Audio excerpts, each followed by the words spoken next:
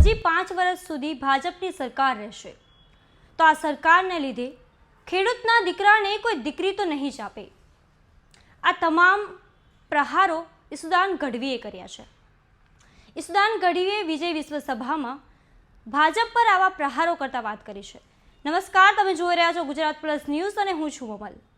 તો આવો સાંભળીએ વધુમાં ઈસુદાન ગઢવી શું કહી રહ્યા છે। આજે હજી પણ વાંટાની સંખ્યા ઓછી છે।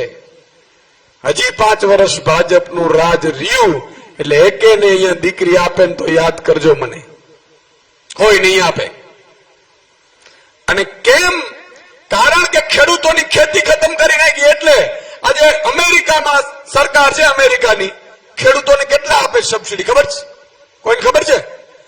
વર્ષે 54 લાખ રૂપિયા અમેરિકાની સરકાર અમેરિકાના ખેડૂતોને સબસિડી આપે છે। ઓસ્ટ્રેલિયામાં તમે જાઓ, હું એમ કહું છું, હું કહું છું એવું નહીં, યુટ્યુબ કરી લ્યો, યુટ્યુબમાં ઓસ્ટ્રેલિયાના ગામડા જુઓ, એના ખેડૂતો જુઓ, સાહેબ બંગલા હોય, ગાડી હોય, વ્યવસ્થા હોય, ધૂળની એક ધૂળનું રજનું કણું ના આવે, આવી વ્યવસ્થાઓ પેદા કરી છે। અને આપણે આ 70 વર્ષથી આ કોડાઓ બેસી ગયા ને, જે સ્વાર્થી બેસી ગયા, જ્ઞાતિ જાતિ ધર્મના નેતાઓના નામે બેસી ગયા, એ લોકો માત્ર ને માત્ર બુચુસિયાઓ ચડી ગયા, એના કારણે આ વ્યવસ્થા થઈ છે। સાહેબ, આપણી પરિસ્થિતિ આ થઈ છે। પણ આપણે ઉત્તમ ખેતી લઈને સપનું નીકળીએ છીએ। ઉત્તમ ખેતી, મધ્યમ વેપાર ને કનિષ્ક નોકરી।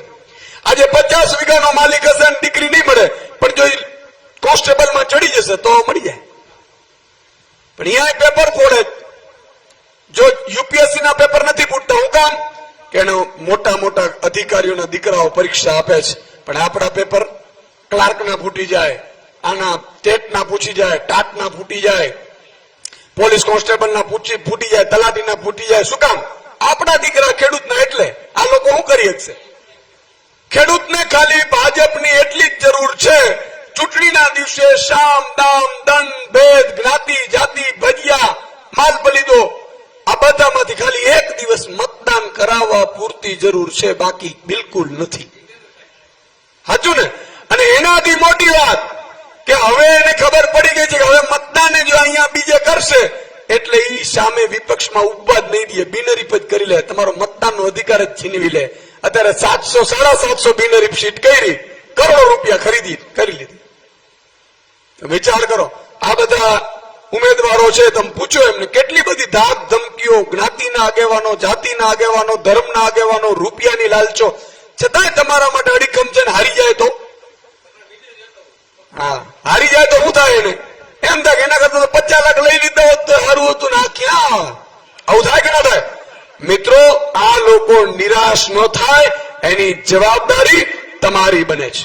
તો હું છેલ્લે એટલું જ કહીશ કે આ ચૂંટણીઓ માત્ર સ્થાનિક સ્વરાજ્યની ચૂંટણીઓ નથી, ખેડૂતો, મજૂરો, શ્રમિકોના અસ્તિત્વની લડાઈની ચૂંટણી છે।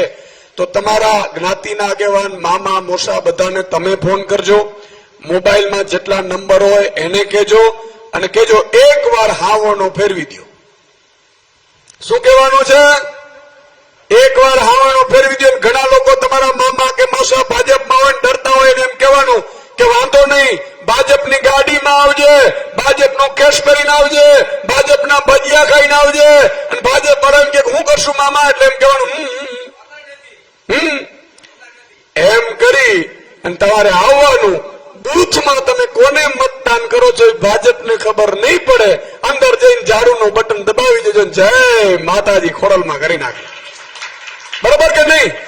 તો મિત્રો, આજે આપ લોકોને મારે એટલું જ કહેવું છે કે આ ચૂંટણીમાં રાત દિવસ 2-4 દિવસ છે કરી લેજો।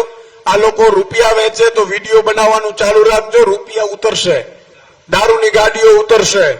અહીંયા ચૂંટણી અધિકારી સીધો ફોન કરી દેવાનો, કહી દેવાનો કે અહીંયા દારૂની ગાડી ઉતરી છે, વિડીયો અહીંયા બનાવવાનો, અહીંયા આ કરવાનો, જે લોકો રૂપિયા લઈને નીકળે એનો વિડીયો બનાવજો। કારણ કે આપણે આ ગંદી રાજનીતિને સફાઈ કરવાની છે સાવરણાથી। બરોબર કે નહીં? બોલો ભારત માતા કી જય જવાન। તેમની વાતથી તમે કેટલા સહેમત છો, શું વિચારો છો, કોમેન્ટ કરીને એમને જરૂરથી જણાવજો। અત્યાર માટે બસ આટલું જ। ધન્યવાદ।